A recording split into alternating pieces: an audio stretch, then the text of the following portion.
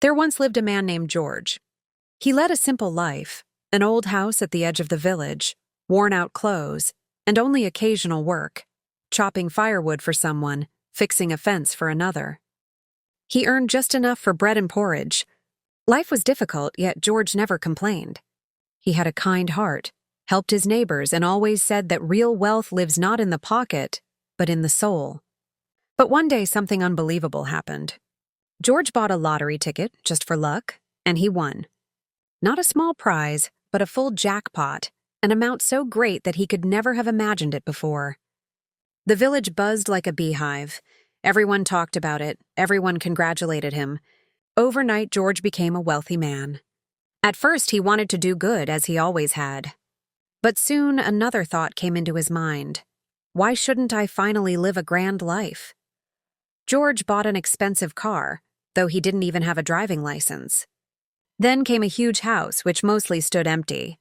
After that, parties, restaurants, amusement trips, and gifts to people who hardly greeted him before. Neighbors, acquaintances, even complete strangers came to ask for money, some to borrow, some to invest, and some simply because he had plenty. George gave and gave, without thinking that money could ever run out. A year passed, then another, and one morning he woke up and realized the account was empty. The car was taken for debts, the large house was sold. Those friends who surrounded him before disappeared like smoke. Only his old small cottage remained, and silence inside. George sat by the window for a long time, staring at the empty road. And only then did he understand a simple truth. Money can make you rich, but it cannot make you wise. If the soul is poor, wealth only strengthens that poverty within.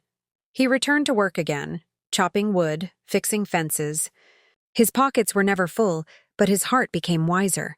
Now he knew the value of work, the value of money, and the value of people who stay beside you not for profit, but out of sincerity. Moral sudden wealth is easy to lose.